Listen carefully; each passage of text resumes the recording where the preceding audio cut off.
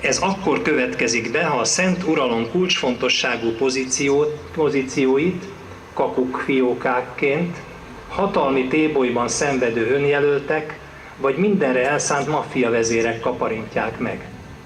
Az emberiség egyetemes történetében egyetlen olyan társadalom szerveződési modellt ismerünk, amelyik a hierarchia keretei között hathatósan el tudja hárítani a zsarnokságba torkollás veszélyét.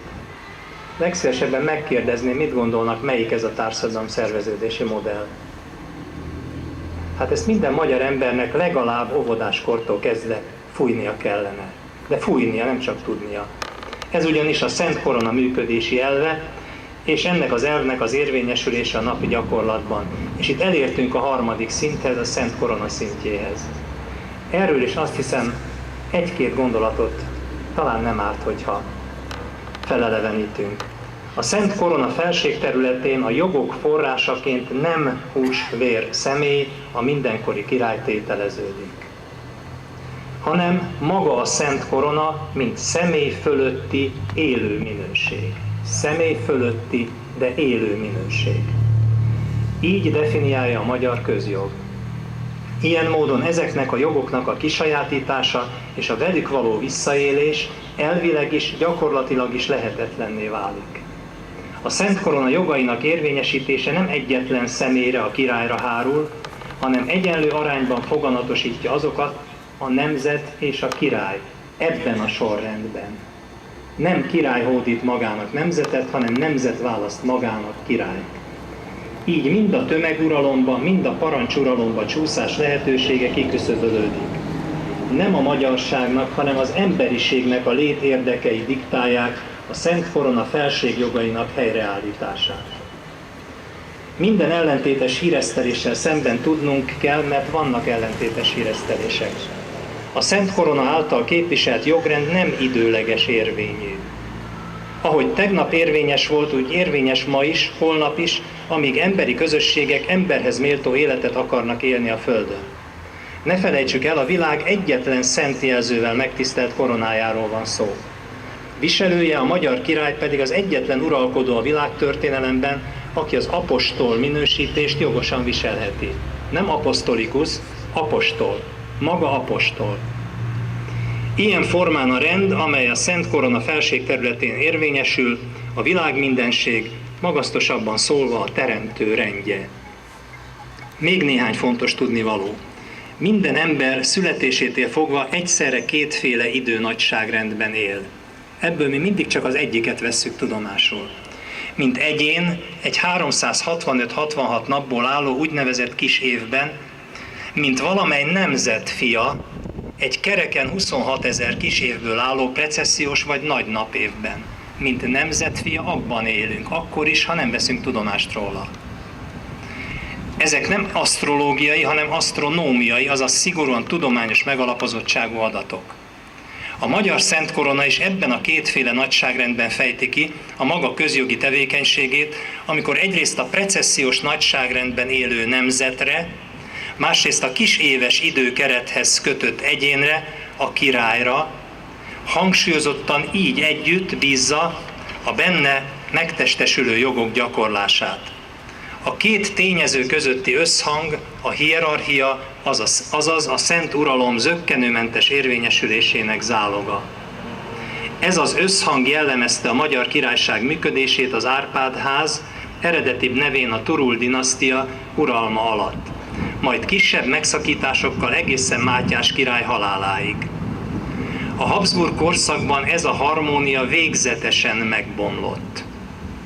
Az egyensúly, az egyszemélyi joggyakorlás magyarán a parancsuralom irányába tolódott el. Évszámokat is mondhatnék, első lépcsője 1687-es országgyűlés volt az ellenállási jog kényszerű feladásával. Innentől egyszemélyi zsarnoksággá vált az a gyönyörű rend, amelyik a magyar Szent Korona tanban megtestesült. A nemzet, mint a Szent Korona teste kiszorítatott a hatalom tényleges gyakorlásából, az országlakosok pedig, mint a Szent Korona tagjai, ezek eredeti kifejezések. A Szent Korona teste, illetve a Szent Korona tagjai kényre-kegyre kiszolgáltatott alatvalóivá silányultak az idegen szívű zsarnokoknak. Itt már természetesen nem csak a Habsburgokról beszélek. Tapasztalati tény, ez az állapot mind a mai napig érvényben maradt, és országhatároktól függetlenül egyforma súllyal nehezedik a magyarságra. Ezt azok számára hangsúlyozom, akik azt hiszik, hogy a határon túli magyarságra több súly nehezedik, mint ránk. Nem így van. Ugyanazok magyarságtól idegen elemek gyakorolják a hatalmat, és még arra is ugyanúgy törekszenek, mint a határon túl az ottani uralmon lévők, hogy naponta megszégyenítsenek bennünket, naponta elvegyék az életkedvünket, és naponta arra szorítsanak bennünket, hogy adjuk föl magyarságunkat. Ebben semmi különbség nincs határon belüli és határon túli magyarok elnyomattatottsága között. Ezt legyenek szívesek, közöljék határon túli barátainkkal. Semmi okuk nincs külön siránkozásra. Mindamellett tudnunk kell, és ez most azt hiszem, hogy nagyon fontos és kevésbé figyelembe vett tény lesz. Ősi és mindez ideig jogszerűen nem módosított törvényeink.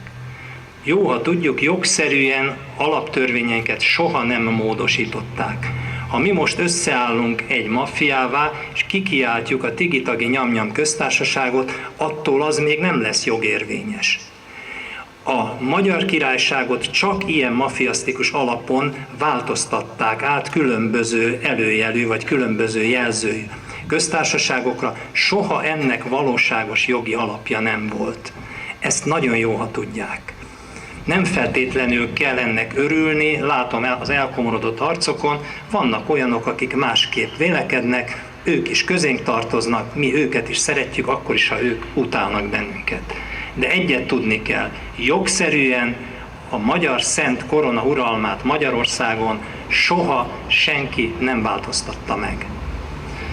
Tehát jogszerűen nem módosított törvényeink értelmében a történelmi Magyarország teljes területe ma is a szent korona elidegeníthetetlen tulajdona, amelyből egy talpalatnyi földet sem lehet kisajátítani vagy áruba bocsátani. Gondolom, ez már elég sok fülnek kellemetlenül hangzik. Ilyen módon a külföldről becsalogatott földvásárlók, illetve az erőszakosan behajtott idegen telepesek legfeljebb ideiglenes haszonélvezői lehetnek az általuk birtokba vett földterületeknek, valamint a hozzájuk tartozó ingó és ingatlan javaknak. Erre tessék majd figyelmeztetni őket. Ha a szomszédunkban telket vásárolnak, már akár hollandok, akár más nációnak a képviselőt, tessék figyelmeztetni, mezitláb kell majd hazamenniük. Egy darab rögöt sem vihetnek magukkal.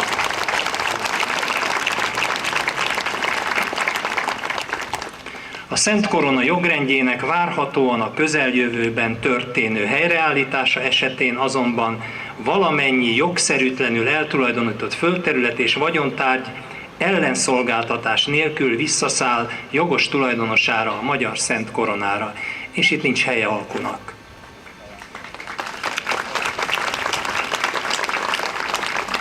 Eddig a felismerések, de vajon elég-e felismerni az igazságot?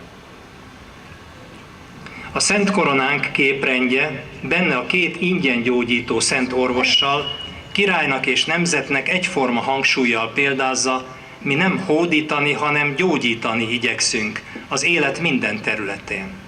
Mert a világ ma nagyon beteg, és nem mutatósnál mutatósabb ígéretekkel, csak is személyes jó példával orvosolható.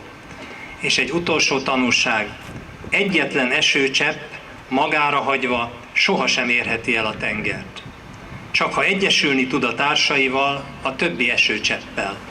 Így lesz belőlük előbb erecske, majd patak, folyó, folyam.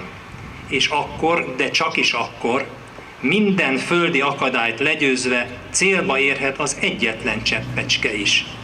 Az utat azonban nem csak megtalálni kell, el is kell indulni rajta. Úgy legyen. Köszönöm a figyelmet.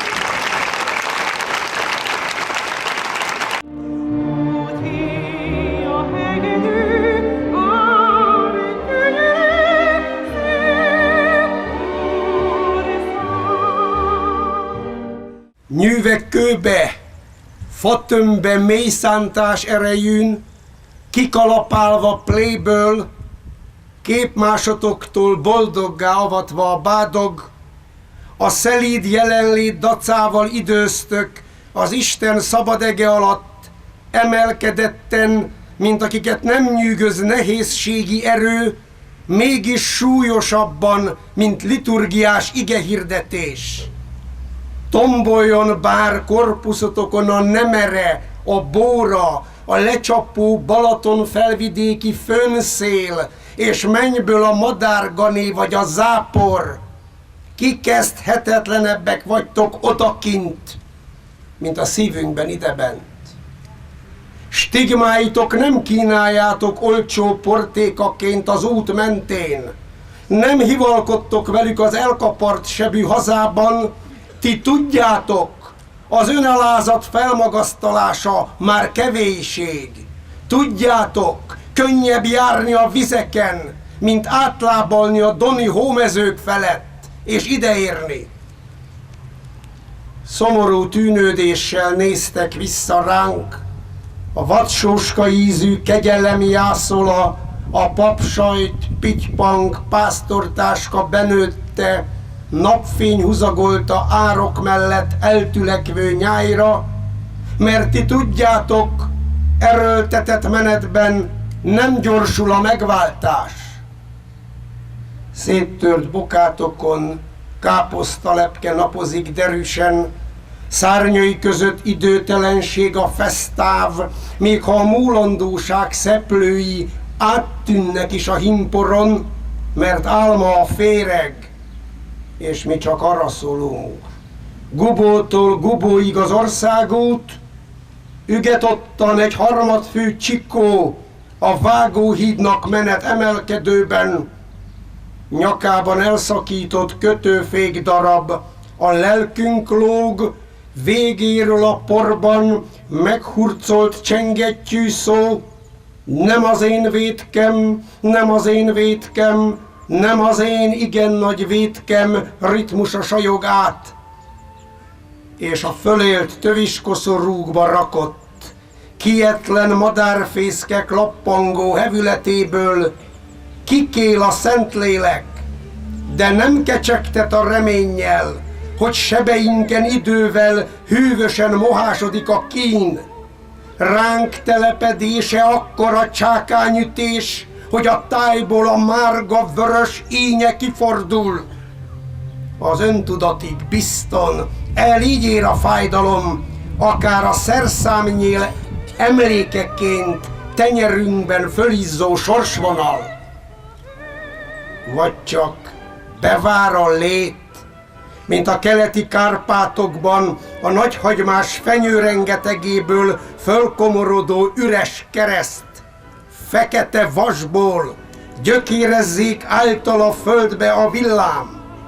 Megfeszített, nincsen rajta még. Vajon meddig áll így, puszta magában?